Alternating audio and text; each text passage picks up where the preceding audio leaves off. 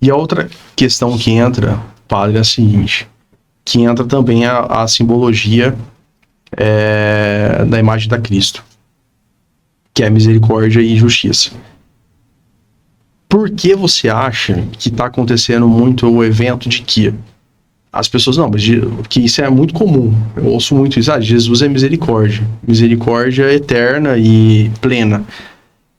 Então eu posso fazer tudo que eu quero, que não haverá consequências, basta posteriormente haver um pedido de perdão, entendeu? E isso abre um leque por conta da misericórdia divina, ela ser tamanha que a pessoa ela tenta normatizar o pecado. Onde não, tá tudo, Deus é misericordioso, eu posso fazer o que eu quero e não, tá tudo certo, entendeu? E por que o senhor acredita que esse evento chegou a isso e o que a gente precisa fazer para mudar a concepção das pessoas, mostrar que também existe um Deus de justiça, né? Que entra naquilo que o senhor estava falando dos chicotes, né? Salmo 130 vai dizer que é abundante a misericórdia do Senhor, né? Ele é o Redentor, ele redime, mas a condição básica a condição básica do perdão é o arrependimento. Então, inclusive, você vai fazer a sua confissão, você tem que fazer lá o seu ato de contrição. Você está dizendo, eu me arrependo, né? Prometo não mais ofender ao Senhor, não pecar mais, né? Então, se eu tenho lá um pecado X, Y, eu preciso estar arrependido da minha ação, né? Obviamente, basta você pensar assim, numa simples relação entre vocês, colegas de trabalho, cometem falhas, erros, né? Então eu queria dizer para você que este erro não vou cometer mais. Mas no fundo você está relativizando o outro. Então, quando o outro descobre que a tua palavra não tem coerência, então você perdeu, não tem sentido escutá-la, né? Então, se eu vim na confissão, mas eu não tenho arrependimento, e o que é arrepender-se, né?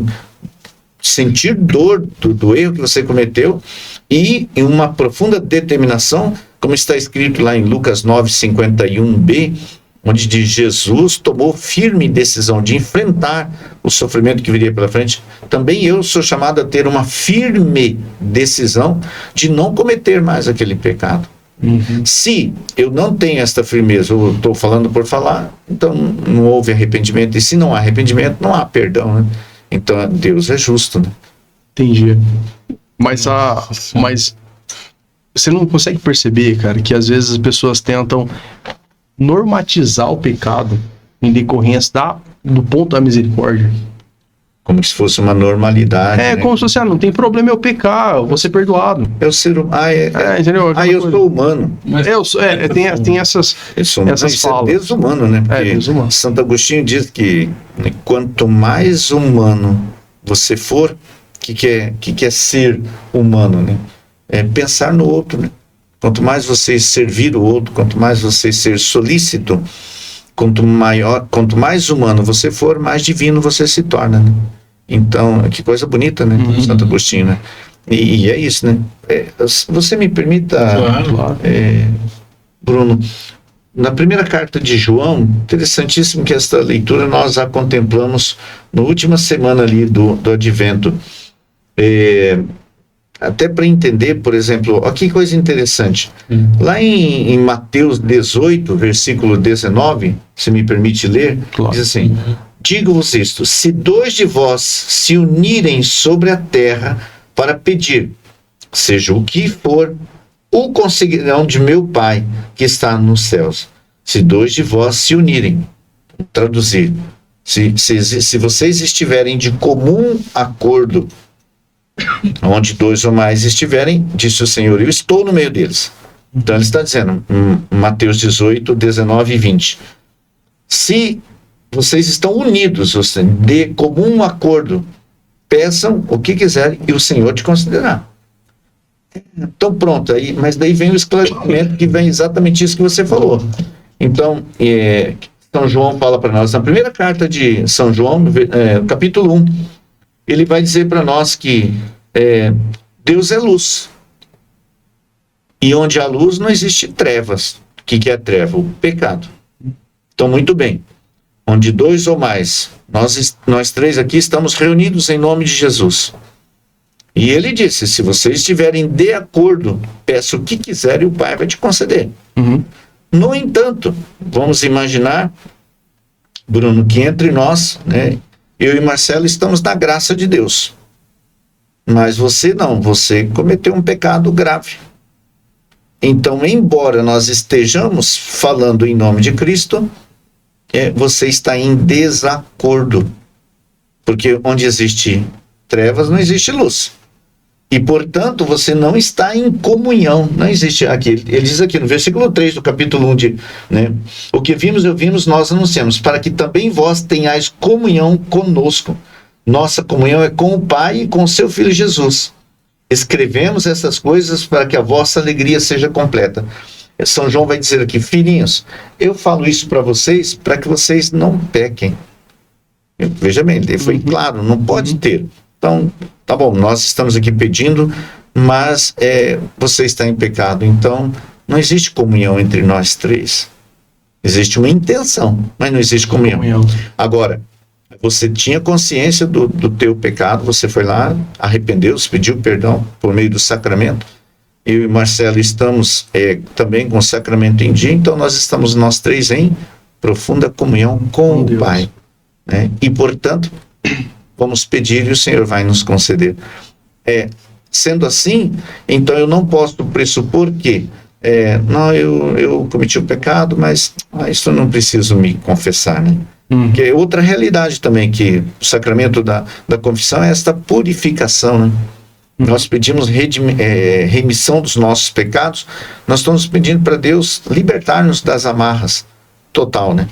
E um fato interessante, o então santo, o Papa João Paulo II, se confessava 4 vezes, né, por semana.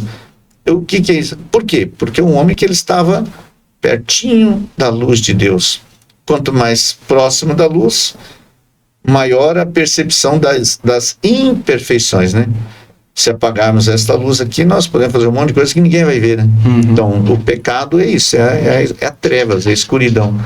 E se eu estou na escuridão, eu não posso querer participar da luz, né? Então, as pessoas dizem, não, Deus perdoa, se inclusive é a palavra de Deus, se você pecar, se o teu irmão vier 7 vezes por dia pedir perdão para você, você deve perdoá-lo, certo? Tem um detalhe que é quase, não é, né, um aposto explicativo, né? Se o teu irmão vier 7 vezes arrependido, veja que, né? Eu vim pedir perdão, você está arrependido? Não, então o que você está fazendo aqui, né? Então, é verdade? Isso é difícil, né? Aquela famosa frase assim, se eu te magoei, não foi minha intenção. Eu não tiro o que eu falo, mas me perdoa. Pô. Não gaste meu tempo, né? Quem é casado sabe que é isso, né? Acho que eu não tô errado, mas me perdoa. Acontece bastante. Eu repito, né? Mateus 11, 29. Aprendam de manso e humilde. Nós temos que ter mansidão. Vocês são bons profissionais, vocês lidam com muita gente de alta relevância no conhecimento, né? Pode observar que a pessoa que realmente conhece, ela é serena. Eu sempre brinco na minha comunidade, se alguém te olhar firme e serenamente, corra. É verdade. Se a pessoa falou demais, Opa, nossa. Voltando à questão do pecado. Hipoteticamente, assim. Não, o que pega bastante assim, aquele pecado recorrente, sabe? Pecado de estimação. Puta, cara, isso é foda. Isso pra mim é foda também. E aí, tem como resolver, né, cara? É muito difícil, cara. Na verdade, quando nós expressamos isto, e eu acredito, eu já escutei isso muitas vezes, né? Padre, eu cometi aquele pecadinho de estimação. E eu tenho pena da pessoa que fala isso no seguinte sentido: ela não tem a menor noção do que ela está falando, né? Ela não sabe o que ela está dizendo. Ora, se eu que não sei nada e tenho percepção zero das coisas, eu sou capaz de perceber que aquela pessoa, ela não sabe o que ela está dizendo, muito mais é a graça de Deus. Deus sabe, conhece o coração, né? Ela não sabe o que ela está dizendo, né? Então, e aí Deus tem paciência conosco, né? Então, veja bem, Deus é amor, São João diz para nós, né? Versículo 4, capítulo 4 de São João. Deus é amor. Muito bem. Lá em 1 Coríntios 13, versículo 4 diz: o amor é paciente, né? Então, o que é amor? Paciência, né? É o que vocês casados têm, é o que meus superiores têm comigo, é o que eu preciso ter, né? Amor. E no amor a gente é paciente com as situações. Nós somos tolerantes porque Deus tolera, né? Mas esta paciência de Deus não significa a anuência do pecado, do erro, da falha, né? Tá bom, hoje você não consegue, não. Mas então eu vou estar com você, porque eu te amo, eu não vou desistir de você, você não desiste de mim, e nós vamos caminhar juntos. A meta é, juntos você vai superar esse pecado. E se a gente se propuser firmemente, né, como está lá, é bonito a expressão de São Lucas 9:51b, que diz: Jesus teve que tomar uma decisão firme, e daí nada e ninguém tirou esta decisão, tirou ele do caminho. Pedro até tentou: não, Senhor, não te aconteça isso não. Aí Jesus diz: afasta-te de mim, Satanás, você não pensa como Deus, você pensa como os homens, né? Então, pensar como Deus é justamente ter esta paciência consigo mesmo, não leniência, né? No passado, fruto de ideologias diversas, usávamos muito o verbo caminhar no gerúndio, né? Como é que você está? Estou caminhando. A passos do que? De tartaruga, do que quando está caminhando, né? Então, pecado de estimação, nós vamos vencê-lo, né? Por isso é importante amizades verdadeiras, né? Eu vou percebendo em você que você me ajuda a superar esta falha, eu te ajudo a superar, né? O Bruno me ajuda aqui, me ajuda ali. Vai casar, cara. Eu falo, vou casar. Eu falo pra ele direto isso aí. Esses dias eu achei engraçado que a gente encontrou um amigo nosso. A gente tava conversando sobre o podcast, sobre as coisas. Aí ele falou: não, fui lá no escritório ontem, anteontem, não sei, Jorginho. Ele falou assim: o Marcelo falou que você é a régua moral dele. Eu falei: pô, se eu sou régua moral, tá mal, velho. Moral mesmo. Mas, porque assim, assim, na profissão, né, eu recorro muito ao Bruno. E assim, Bruno, o que você acha disso aqui, cara? E a gente tem uma amizade de muito tempo, então até eu falo pra ele, bicho, não me julgue pelas ideias ruins, porque vai vir ideia de todo jeito. Me ajuda a escolher as boas, sabe? Então a gente tem essa liberdade, assim, de conversar. Isso é maravilhoso, né? Assim. Ter alguém com quem você pode falar. Sem ser julgado, sem ser analisado, né? Ele fala: o que você acha? E aí quando ele acha bom, eu falo: então é bom mesmo, então vamos. Confiança, né? Mas, padre, e fora essa questão, estamos falando assim, pecado em vida. Tá bom, pequei e morri e não estava em estado de graça. Com certeza o convívio dos eleitos não será concedido a mim. O que acontece? Essa questão do fim dos tempos, eu pergunto isso porque eu tenho essa dúvida também, cara, e a gente fala pouco sobre isso, né? É interessante que eu costumo dizer assim, que a gente reflete pouco sobre a nossa própria morte, embora seja a única certeza que nós tenhamos, né? A gente reflete pouco sobre isso. E segundo a fé da igreja, a doutrina da igreja, o que vai acontecer, principalmente se eu já estiver morto, né? Porque Jesus vai julgar os vivos e os mortos. E como é que vai funcionar isso? Eu tenho muita dúvida com relação a isso, cara. De verdade, assim, para saber profundamente como funciona essa parte da morte e também do eventual julgamento posterior, né? Eventual não. Certo julgamento. Fazer uma propaganda aqui da obra maravilhosa que nós deveríamos todos conhecer, né? A preparação para uma boa morte de Santo Afonso Maria de Ligório, né? De você saber que verdadeiramente vai chegar o momento, né, que todos nós, né, em Santo Afonso, ele faz um relato profundo para você, até ele convida, né? Esse é um convite da igreja, não sei se o Marcelo, segunda-feira você deve ir no cemitério. Com que intuito? O que a igreja quer com isso? Primeiro, que você reze por eles.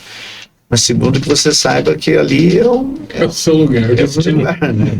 Vamos chegar ali, né? Nossa, e daí, então, para que nós tenhamos essa consciência, tu és pó e ao pó voltarás, né? Inevitavelmente, né? Tem pessoas que não gostam nem de citar nesse assunto, mas é uma realidade. A única certeza absoluta que nós temos é esta, né? Vamos passar para frente. Quando eu era criança, quando eu percebi que todo mundo ia morrer, eu me desesperei, eu lembro até hoje disso. Nessa primeira percepção, assim, eu lembro disso. Se você me permite fazer um comentário sobre isso, eu vou falar do que você fala, Bruno. Nós temos que nos converter agora. Hoje, tanto que Jesus diz, vigiai. Ele diz, preste atenção. Não sou eu que estou dizendo, preste atenção, é Jesus disse, né? Que terminologia forte, né? Bruno, presta atenção, Jesus está dizendo, ele ama você, ama o Marcelo, presta atenção. Vigiai e orai incessantemente, porque você não sabe nem o dia e nem a hora. E se você pegar todas as parábolas que Jesus conta, na verdade, ele está dizendo sobre isso. O reino de Deus é semelhante, ele fala constantemente do reino de Deus. E na missa eu sempre estou perguntando, Marcelo, vocês querem ir para Deus todo dia? Sim, só querer e pronto, né? Então você tem que fazer um caminho, né? E este caminho é a conversão, né? O João Batista diz, quem é João Batista? Eu sou a voz, inclusive o evangelho de hoje, né? Eu sou a voz que clama no deserto, aplainai os caminhos. O que é aplainar os caminhos? É eliminar os pecados da sua vida. E ele é gradativo, né? Em uma montanha você tira da noite para o dia, mas você vai profundamente escavando. Isso é uma coisa interessante. À medida em que você vai mergulhando no conhecimento de Deus, aí vem a necessidade de uma excelente teologia, de uma cuidadosa, minuciosa teologia. Vamos estudando.